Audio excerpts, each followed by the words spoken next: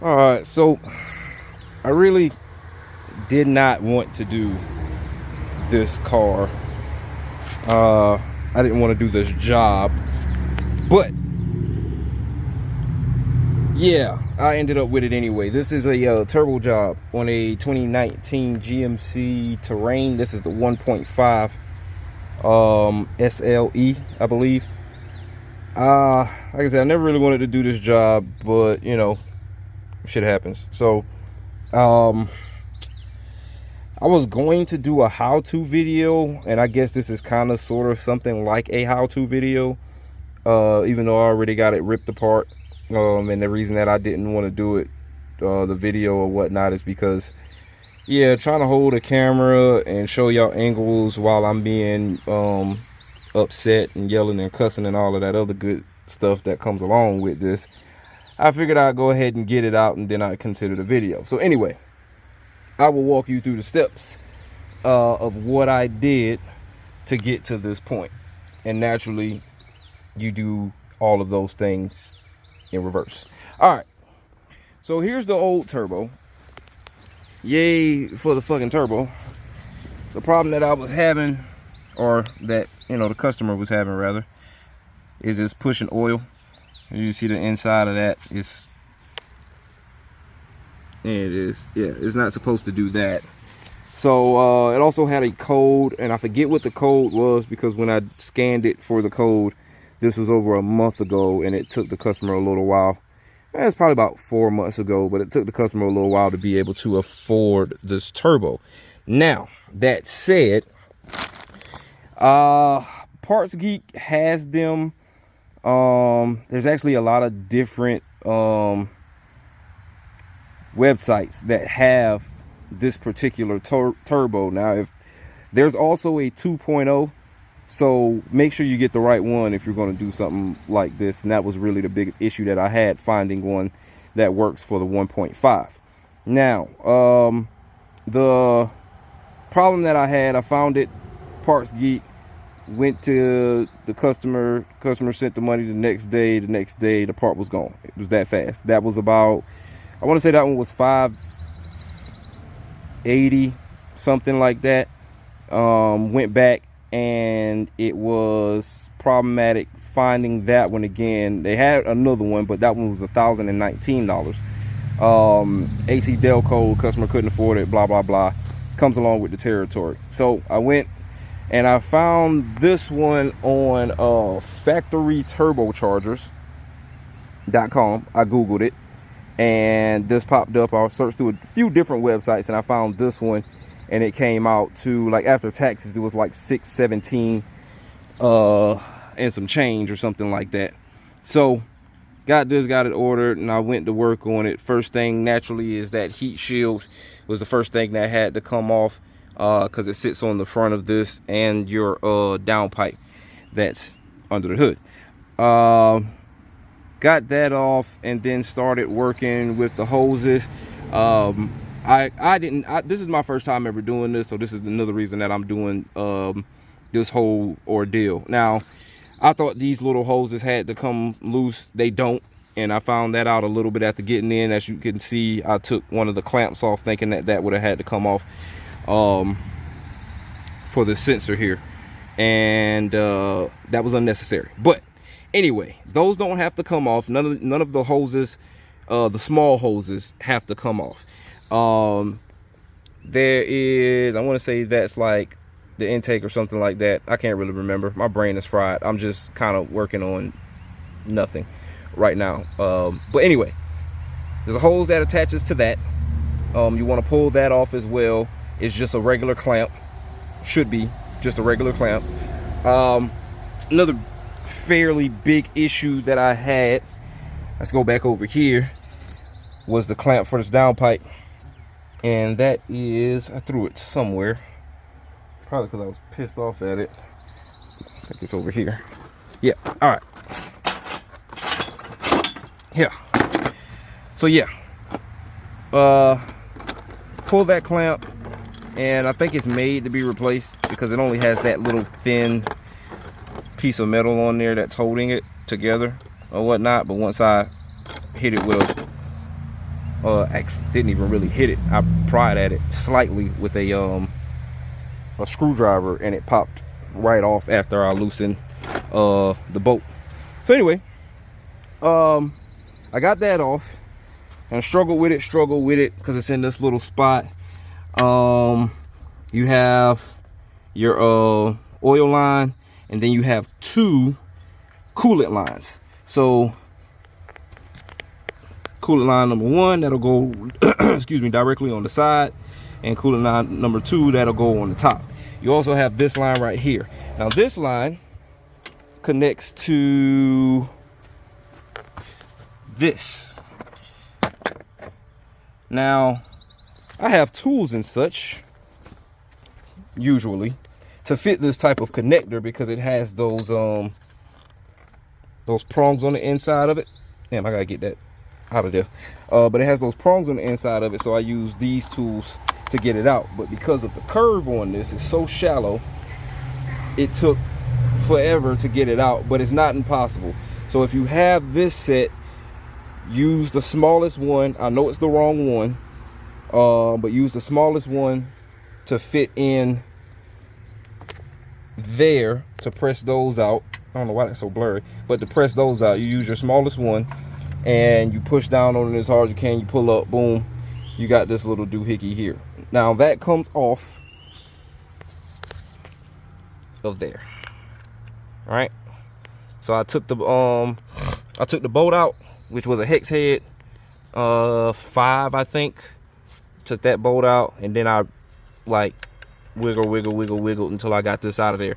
After that allowed me to be able to move it. You have two bolts. It goes through the bottom. Excuse me, move that. All right, so you have two bolts. It goes through the bottom of your return line and up into the turbo, bottom of the turbo, right? So it comes with, boom, it goes into the bottom of the turbo. So if your turbo sits like so, because it sits like so, right? So it sits there, that one goes not there, but it goes through the bottom, right? And I'm trying to show you because this motherfucker heavy. All right, boom, front. There it is, bottom. All right, so your new kit. Now with these also, you want to prime it. Once you get everything back together, you get your return line on and your oil line, you prime it with oil, right? And I'll show that as well. But that's what this is for. A lot of people don't do that, and that will cause you to tear up your damn turbo, especially if it's new. So it comes with most of the gaskets, right? You have, excuse me, oh shit, it came out the bag. You have 4 brass. They're different sizes. This is for your oil return line. Excuse me. So you have 4 brass. These are your oil on your feed line, and these is for one of the coolant. It should have 4 of these because you have 2 sets of coolant lines. So because I have that issue, I'm going to have to reuse 2 of the best ones that I got. Cool, I shall return. All right, so I got this thing part way in. There was something that I wanted to show, but I can't quite see it anymore. But the return pipe for the oil that's on the bottom of it, those 2 bolts that go in the bottom of it that I told y'all about, that return pipe for the oil, or oil return line, return oil line, however you want to pronounce it, whatever. That's what I just finished hooking up. The reason that I had to come back to this is because this clamp here broke, and taking it off, and I think I showed that. So I had to order this, and it got here earlier this week, and this is the first time I had time to fucking do it. So yeah, that is pretty much what it is, just fitting it back down in there with this in the way. This bends, so I'll have to bend this back to cover that top, but it bends back enough for this to fit in there. And once I well, I already tightened those bottom ones up, so since I've done that, now it's just putting the mounting bolts back on to the block. I don't know if you can see it right there. It's a little blurry, but it's back there. Trust me. There it is. All right. So yeah, putting that putting those mounting nuts back on there. Bolt that back to the block, and then basically we can kind of just start hooking up hoses. Banjo bolt, banjo bolt, banjo bolt. It's 3 of them. Like I said, it came with 4 of the 6 needed. Once I hook this back up, it should be good to go. I'll put this plate cover shield back on there. I can't think of the damn word because I'm fried. This is ridiculousness, all this doggone thinking I got to do. Now, I'm not sure about the code. Does it just disappear on its own? What led me to this turbo being gone? Because like I said, I forgot exactly what the code was, and I forgot my damn scanner yet again. But nonetheless, I'm not sure if I need to clear a code for this to be operational. I shouldn't have to, but I'll find out here shortly in about the next 15 to 20 minutes. Like I said, it shouldn't take that long to put the rest of the stuff back together. The hardest ones to get back on there is those 2 bolts at the bottom. Now, I have heard, and this is just a bit of a disclaimer, Ford is even worse to work on because apparently it's back there by the firewall with this ecoboost stuff. So yeah, I'm not very familiar with those. So, and like I said, this is actually really my first time doing one of these, but kind of self-explanatory. When you've done turbos on other things, it just kind of comes along with the territory. Things just start to look familiar. But anyway, yeah, we should have this back up and running, and I'll keep y'all posted on whether or not just bolting on works. It should. I'm going to try and remember to put it in the description whether it just works bolting on, or do I have to go in there with the scanner to clear the code for this to work. But like I said, it shouldn't need all of that. It should clear on its own, but we'll see what happens. So if you see what I'm seeing, this is the other part that I guess I forgot to mention, but it is recommended in every situation that I know I can think of that you pour oil in that little hole there where you see the oil at here. All right, and then you spin the turbine to what they call lubricate the bearings on the inside. I just call it priming.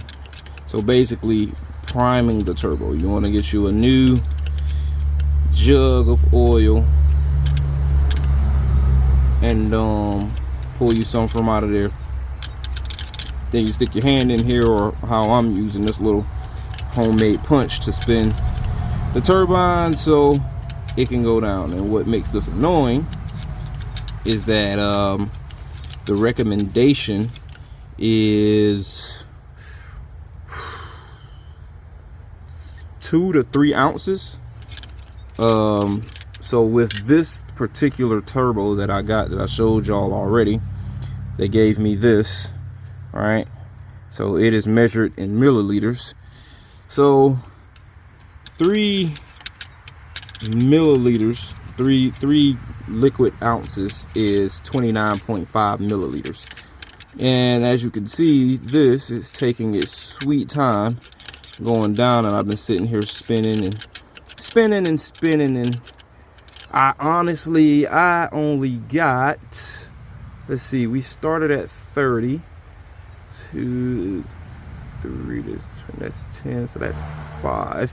I got about 5 milliliters in there so far, and I've been doing this for a good 15 minutes prior to starting this recording here. Now, I will say, I personally don't think that it takes that much oil to lubricate these bearings on the inside, or prime it, as I like to call it. I don't think it takes that much oil, but I do like to do it for the most part until I see it breathe, like a bubble come up, it burp basically. See a bubble come up and the fluid takes longer to go down. But this one is a little bit different, seems like to me, because it is taking its sweet time to go down. As you can see, we done been here for about 3 minutes here, and oh boy, I ain't even to the bottom. So yeah, this is the other annoying ass fucking part. It's pissing me off to no end, and I pray I never have to do this again. And this is why I don't like ecoboost. This is part of the reason I don't like ecoboost. I always thought it was a stupid setup. But yeah, don't come to me to change one of these bitches. I'm gonna tell you that right now. And I'm starting out at 1,000. You mentioned ecoboost, I'm starting off at 1,000 for my work. And the longer it take, god damn it, the more I'm gonna charge, because this shit is a pain in the dick. So I figured I should show this. These are clamp bolts. This exhaust clamp. This is the new one. This is the old one. This is the one. This is one that I had to find basically to make this work. So when you fit that clamp around the exhaust, there's too much space in between that bottom piece in order for this new one to fit like a good 1.5 inches. This one right here is also too short, but as you can see, it's longer. And I could be exaggerating, but that's what the fuck it felt like. Longer, but it still would not fit. So I had to find this, and I basically had to 3-step it. It's like step drilling, but bolting. So I pulled this one, and I mean, it was a pain just to get it started because of how this has to line up. The bolt can't sit up here on the side where I can easily access it. The bolt is at the bottom of this, under there. So because of that, initially I thought, okay, well, I can sit it to the side, but that's not going to work because you have to put this heat shield back on, and that heat shield bolts to this. So if you have that there, there's a good chance that it's not going to fucking fit, right? So yeah, putting that back under there was a pain. But I started with this one, tightened it down as far as I could get it until I got it to the bottom thread. Went to the next, well, unscrewed this one, bolted this one in, got this one down pretty good until I could fit this one in there. But to be honest with you, I'm probably going to just go ahead and reuse this one. I probably shouldn't, but I think I'm going to if I can't find a spacer for that one, for this one, because I like the flange that's on the edge of this one. I like the flange. Makes me feel better rather than just having regular old bolts. So I'm gonna look for a washer to put on this, and hopefully it's not too much to where I can't thread it again. That's the whole thing of getting this threaded with the new one that it came with, so I don't have no exhaust leaks. Yeah, that's the bullshit I gotta deal with.